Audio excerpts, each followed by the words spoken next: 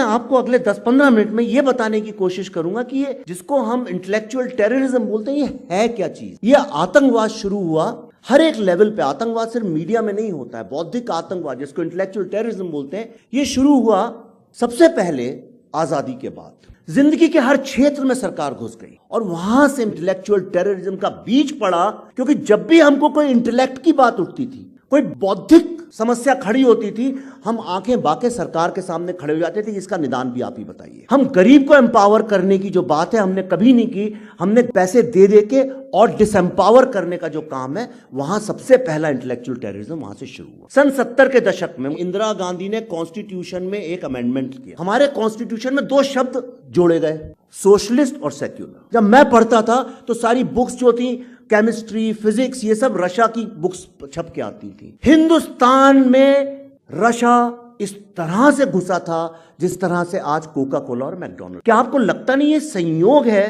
कि इसी के साथ साथ हमने कॉन्स्टिट्यूशन में सोशलिस्ट वर्ड जोड़ा और सेक्युलर वर्ड जोड़ा?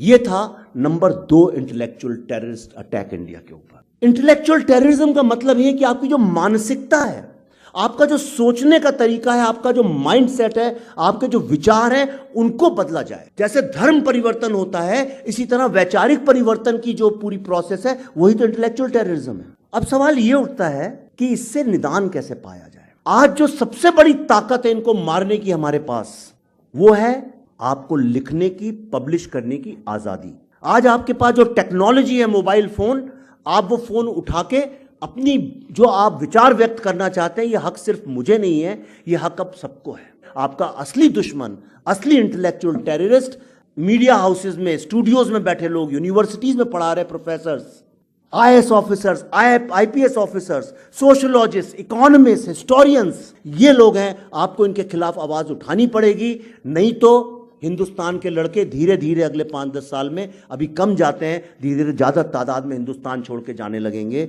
इसलिए क्योंकि जिस देश में आशा की किरण नहीं दिखेगी, उस देश में क्यों जवान लड़का रहेगा।